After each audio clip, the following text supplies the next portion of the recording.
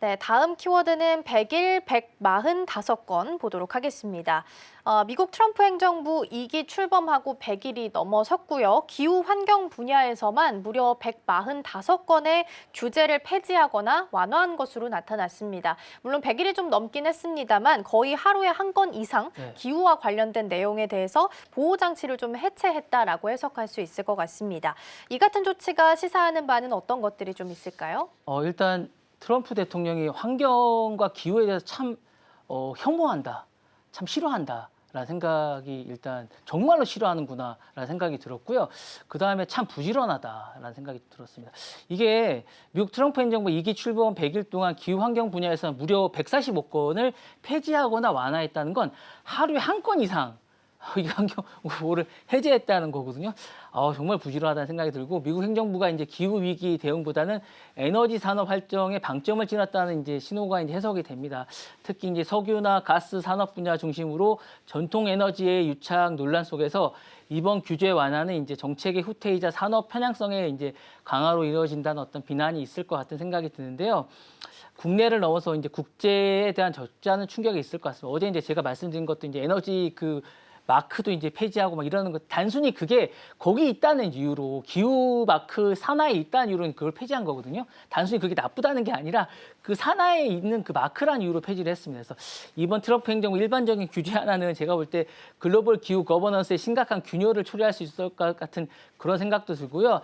사실 이게 과학적인 합의하에 생태계 보존을 움직이는 국제 공조 흐름 속에서 역행하는 움직임입니다. 이게 단순히 뭐 이렇게 뭐 과학적인 그런 게 아니라 그냥 지금 바이어스 같아요. 그냥 자신의 어떤 편견에 의한 그런 것 같은 그런 생각이고 이게 우려가 되는 건 이런 조치가 당장은 뭐 어쨌든 경제적인 여유나 이런 게 줄 수 있을지 모르겠지만 다음 세대가 그러니까 본인 세대에서는 어떨지 모르겠지만 다음 세대를 살아가는 사람들에게 얼마만큼의 큰 비용을 치르게 될지 이 사람들이 어떤 세대를 살아가게 될지는 정말 모를 것 같은 생각이 듭니다. 그러니까 다음 세대가 어떤 치르게 될 가능성이나 이런 것들은 정말 염두가 없는 것 같아서 결국 트럼프 행정부의 규제 완화 이런 것들이 드라이브는 리더십이나 이런 것들에 대한 어떤 중요한 판단 기준이 될 것 같고 이 다음 세대가 치를 어떤 고통이나 이런 것들에 대한 염두가 정말 없는 것인지 모를 것 같고 이런 건 좀 고민을 좀 해봐야 되지 않을까라는 생각이 좀 들면서 걱정이 앞섭니다. 정말 저는 그런 것 같습니다. 네. 네, 말씀해 주신 것처럼 트럼프 대통령이 또 기후와 관련해서는 우호적인 입장을 좀 취하고 있지는 않다 보니까 145건을 관련해서 규제를 좀 폐지하거나 완화했다라는 부분을 좀 짚어봤습니다.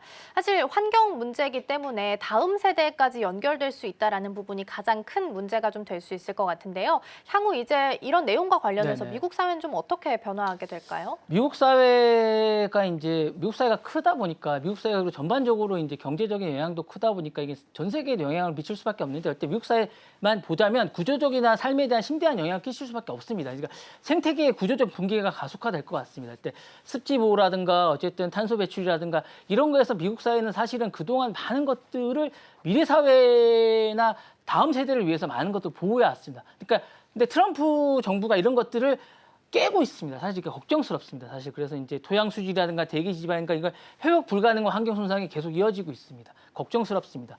미국 내 기후 재난 빈도가 높아지고 그러니까 지역 사회에서도 재난 리스크나 상시 노출에 대한 것들이 심화됩니까? 산불로 이런 것들에 대한 어떤 그 하나라고 할 수 있을 것 같아요. 그런 것도 있을 것 같고요.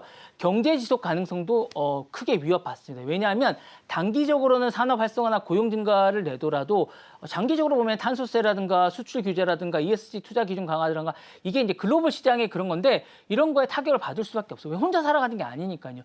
전 세계가 다 이런 기준인데 이런 것들이 안 되면 미국에 고립될 수밖에 없습니다. 세 번째로는 국민 건강이 사실은 직접적인 타격을 받을 수밖에 없어요. 사실은 왜냐하면 대기 오염의 기준이 완화되거나 공장 배출이 규제 완화되거나 이러면 천식이라든가 암 같은 발병률이라든가 이런 것들이 사실은 증가할 수밖에 없습니다. 왜냐하면 화석 연료라는 이런 걸 쓰면 이런 게 증가하게 돼요. 그런데 이런 것들을 자꾸 권장하잖아요. 그럼 이게 증가할 수밖에 없는데 이런 것들을 하면 안 됩니다. 사실 사회 취약층이라는 게 이렇게 집중적으로 발생할 수밖에 없고 결국 환경의 불평등은 사실은 이런 것들이 보건 불평등으로 이어지고 경제적 양극화가 되면 이런 게 증가하게 됩니다. 사실 지금 행동하지 않으면 다음 세대가 이런 것들을 하게 되고 계속 이런 것들이 생길 수밖에 없게 됩니다. 마지막으로는 미국의 글로벌 리더십이 근본적으로 흔들릴 수밖에 없습니다. 그동안에 이런 것들을 계속해왔고 형님 리더십을 발휘하게 했는데 지속 가능한 미국의 어떤 지국의 국제 공조가 이탈하게 되면 기후 리더국이 아닌 기후의 역행국에 낙인 찍히게 되고 향후에는 윤리적 설득력을 상실하게 됩니다. 이렇게 되면 나중에는 자신들의 이야기들이 먹히게 되지 않게 되고 지속 불가능한 삶의 환경 속에서 미래를 설계할 수 없게 되면서 이제 지금은 이제 뭐 자꾸 자신들이 잘 살게 될지 모르겠지만 나중에는 왕따가 되게 됩니다. 나중에 혼자 이게 나중에 이지매가 되게 되면서 혼자 고립되게 되면서 나중에 어떻게 살 수 없게 되면서 더 많은 비용을 치르게 되지 않을까라는 생각이 들면서 지속 불가능한 삶의 환경을 하게 되지 않을까라는 걱정이 앞섭니다. 그래서 이렇게 되는 게 과연 옳은 것인가라는 고민을 해야 되지 않을까라는 생각이 듭니다. 네.